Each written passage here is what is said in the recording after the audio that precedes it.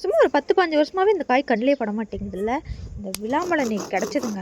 உரைச்சு பார்த்தா ப்ரௌனா இருந்ததுன்னா பழுத்த பழனும், பச்சையா இருந்ததுன்னா பச்சை காய்னும் டிசைட் பண்ணிருவோம் நாங்கலாம். உடைக்கும்போது ஒரு மனம் வரும் பாருங்க. அப்பா! ஆளையே தூக்கிட்டு போயிரும். இந்த டெம்ப்டிங்க்கான வார்த்தைய அப்ப நீங்க பார்ப்பீங்க. சில பேர் இது ப்ரௌனா இருக்கு, நரம்பெல்லாம் கொஞ்சம் அருவருப்பா இருக்குன்னு சாப்பிட மாட்டாங்க. ஆனா இதோட டேஸ்ட் புடிச்சவங்க எங்க பார்த்தாலும் விடவே மாட்டாங்க. கொஞ்சோண்டு நாட்டு சர்க்கரைய போட்டு கலக்கி சாப்பிட்டா இனிப்பும், புளிப்புமா சும்மா சூப்பரா இருக்கும் போங்க. என் குழந்தைங்களுக்கு எப்படியோ அத நான் வாங்கி தர ஆரம்பிச்சுட்டேன்.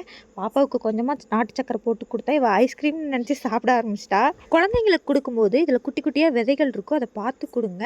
நீங்க பக்கத்திலேயே இருந்து அவங்களுக்கு எடுத்து குடுங்க. இந்த பழத்த எங்க ஊர்ல கிலோ ரூ. 30ன்னு விக்கிறாங்க. எனக்கு இது அஃபோர்டபுளா தோணுச்சுன்னு 2 கிலோ வாங்கிக்கிட்டேன். ஊருக்கு பேக் பண்ணிட்டேன். இந்த பழத்துல அபரிவிதமா நெறைய சத்துக்கள் இருக்குது. ஆனா இருந்தாலும் இத நம்ம பச்சையா எடுத்துக்கவே கூடாது. பழுத்த பழமாவே இருந்தாலும் ஒரு அளவுக்கு மேல நம்ம எடுத்துக்கூடாது. ஒரு நாளைக்கு 1ங்கிறதே போதுமானதா இருக்கும்.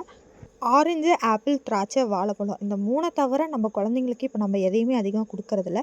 இந்த மாரி நாம சாப்பிட்டு வளர்ந்த சுவையா இருக்கா? நாட்டு பழங்களையும், காய்கறிகளையும் இனிமே நம்ம குழந்தைங்களுக்கு குடுப்போம். நன்றி.